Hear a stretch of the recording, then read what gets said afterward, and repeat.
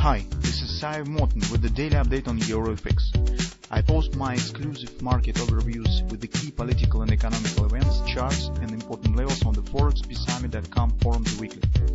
This short video is a response to rapidly changing situation on the currency markets and should help you to stay on top of the game and be profitable. I suggest you to visit ForexPeaceArmy.com forum and read my analysis for the week before watching this daily video. Welcome back, everybody. So let's take a look again on the Forex market.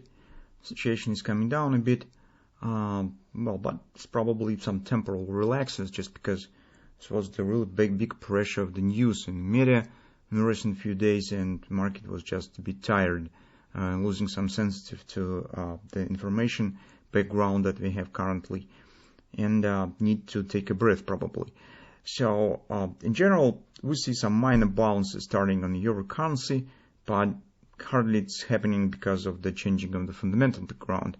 It's mostly because of the market is trying to show some reaction on the oversold situation, using the moment of some easing of the informational pressure in the media. And besides, it's currently still some minor hopes stands on European Central Bank meeting, some eyes on the Christine Lagarde that probably she announced something, some supportive measures or something of that sort. So although chances for that stands really very small, really weak. So that being said, in general, we are following our trading plan. We said that taking any longs position currently on euro currency is very risky, although it's not totally forbidden. And if you're in general using the logical and reasonable stop placement, could give you the chance to possess yourself on the scalp long positions as well here.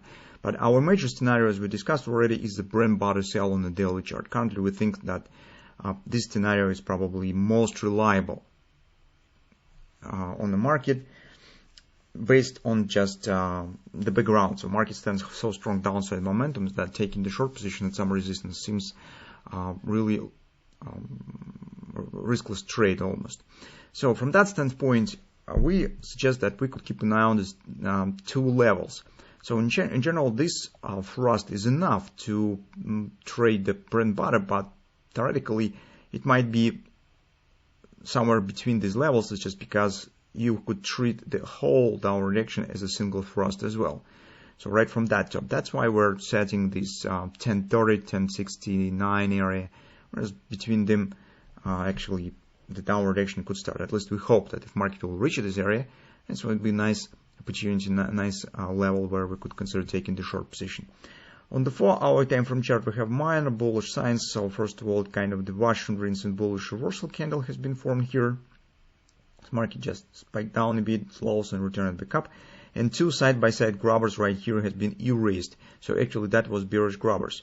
And the market currently with this upper direction has erased it. So on the 4-hour time frame chart, we do not have something special. I have checked, could we treat it as a double repo, but unfortunately, guys, this is not the double repo, or maybe fortunately, anyway, because if you'll take a look at the closing around the 3x3, you will see that the first close we've got only here. All these close stand below the 3x3, so that's why we do not have any double repo. And in general, to be honest, if you'll take a look at the price behavior here, it's definitely not the action after the double repo, which is a reversal pattern. That is mostly looks like minor and lazy retracement. You could see a lot of choppy candles overlapping, different size of these candles, very big amount of the very small candles. This is, guys, definitely not the reversal feature. It's some kind of the choppy sideways retracement action, well, this is not it absolutely doesn't correspond to the idea of the double repo. Still, what you could consider here, first of all, we of course will be watching for XOP.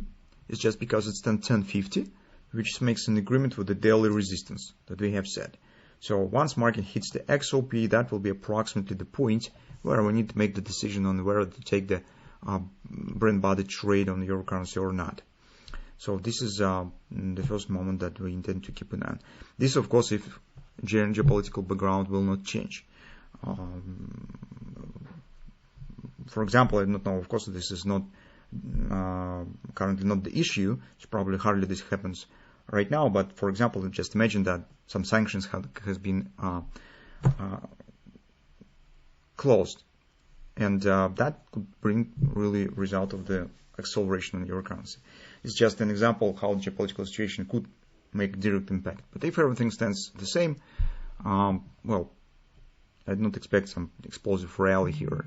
It will be just a really big gift if market will be able to reach at least the 1050 area. So if you intend to go long, theoretically you could do this and just choose the area where better to place stop. At least it should be below the C point, but maybe better even below the A, because this is bullish reversal candle and major background for upward direction. But probably below the C also will be okay, because in this case, if market drop below the C, say pattern will be erased and probably retracement will be over. For the others who trade on a daily chart, I think that we just could keep an eye on the bread and butter stop, and once we will get it, we try to use it.